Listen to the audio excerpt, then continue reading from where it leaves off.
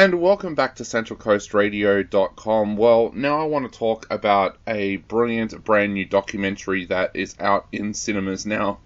It's called John Farnham, Finding the Voice, and this is the amazing documentary that has been put together by director Poppy Stockwell that chronicles the career of John Farnham. Now, I'll say career rather than life, because unlike the Jimmy Barnes documentary that we saw a few years ago, this doesn't delve into the early personal life and things that John went through as much. It kind of chronicles more his musical career and how he got to the point where he is Australia's largest selling music artist of all time.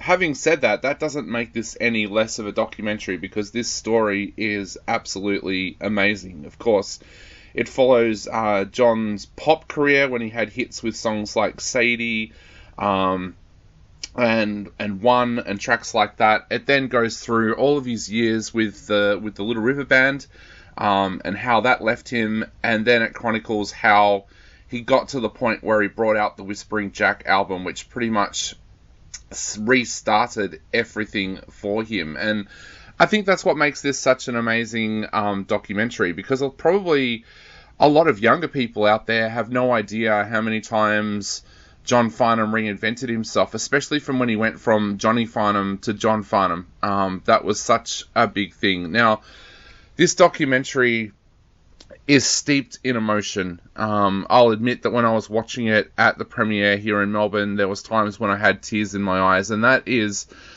largely because of the fact that this film explores John's really close relationships that he had with Olivia Newton-John and Glenn Wheatley. Of course, Glenn Wheatley was John Farnham's right-hand man, and you could argue that John Farnham would never have got to where he did without Glenn Wheatley being part of his life. Now, what makes that so sad is early on in this documentary, Glenn Wheatley and Olivia Newton-John are everywhere. There's archival footage of them. There's interviews with them. They're even narrating parts of the documentary. Suddenly they just disappear. And that is explained that Glenn Wheatley, unfortunately, was one of the first people in Australia to pass away from COVID. And Olivia Newton-John, of course, lost her battle to cancer. Group that together with the fact that John Farnham is now recovering from a mouth cancer that we're unsure if it's ever going to mean that he can sing again, and you can imagine why this is such an emotional journey for so many people. In fact, I was really surprised that Gaynor Wheatley got up and spoke at the premiere that I was at, because she would have known what was coming in this documentary and how emotional it actually gets. There are a lot of things that you learn about John Farnham watching this documentary, and I don't want to spoil too many of them, but you learn about a really big hit song that he was given the opportunity to record and didn't record, and now I don't think I'll ever listen to that song again without imagining John Farnham doing it. You also learn about the financial struggles that he went through, but also the creative struggles as well. I think we kind of always were led to believe that his time with the Little River Band was such an amazing time, and we see a very, very different side to that when we sit down to watch John Farnham Finding the Voice. I have to take my hat off to Poppy Stockwell, the director, for the way that she's put this documentary together, because so much stuff happened. A lot of the interviews with John in this documentary have been recorded by phone, and you can tell that's because he got sick while they were making the documentary. Now, there are some sadists out there who would possibly suggest that they still went ahead with the documentary because they wasn't sure if he was going to pull through. I'm not going to comment on that, but I do feel that, yes, there was a reason why they went ahead with those interviews via phone. The other thing that you really get a strong sense of when you're watching this doco is how other artists feel about John Farnham.